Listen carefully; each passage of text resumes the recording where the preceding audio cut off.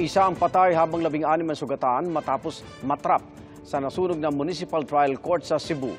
Sa Bulacan naman, isang kawaning nasawi ng di makalabas sa nasunog na pabrika.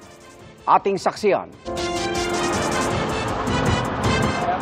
Tinupok ng apoy ang isang industrial compound na pagawaan ng plastic storage box sa Giginto, Bulacan kaninang hating gabi.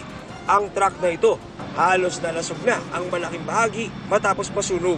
Ang empleyado si Jeffrey, nagtamo ng mga sugat nang sumabog ang isang makina sa kanilang pabrika. Paglabas ko po, may apoy na po eh. Nagdala ko ng first indicer, wala na, hindi na magapan po eh. Anong pagsabog po, wala, hindi ko na magapan, gapang na lang ako eh, wala ko nakakita eh.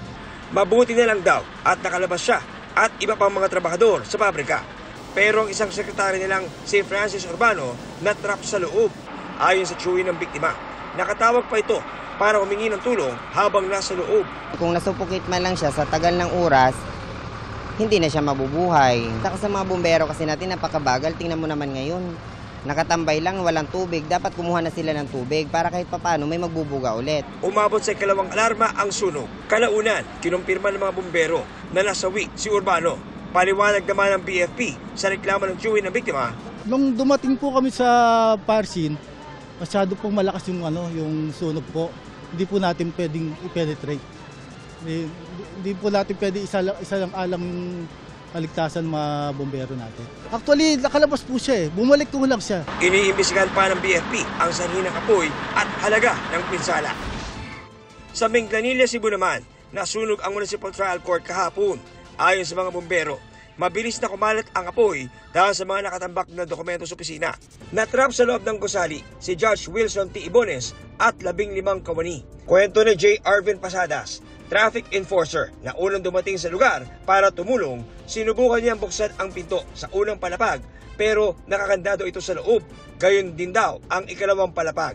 Nang mabuksan niya ang pinto ng second floor, dito niya natagpuan ang mga natrap na biktima. Pagtanaw na ko sa building sa judge, nagsagit niya, nagawa kang kamot, tabang. Isinugod sa ospital ang 16 na biktima na nagtamo ng mga paso sa katawan. Sa inisyal na pagsisiyasat ng BFP, lumalabas na isang kawani ang nagsindi umano ng apoy sa mga dokumento sa hindi pa tukoy na kadahilanan. Ang naturang kawani, pinakahuling nakuha sa nasunog na gusali at idineklarang dead on arrival sa ospital. Patuloy pa rin nangangalap ng impormasyon ang mga bumbero kaugnay ng insidente. Wala pa rin nato siya i-declare nga arson. Kaya we are still in the process pa sa spot investigation. So to follow magkwanta sa mga affiliated businesses nga magtumbok yun nga mauna siya ang tawana, anak sunog yun ba. Nagpabot naman ng pagdamay ang Supreme Court sa mga biktima at nangakong magbibigay ng tulong.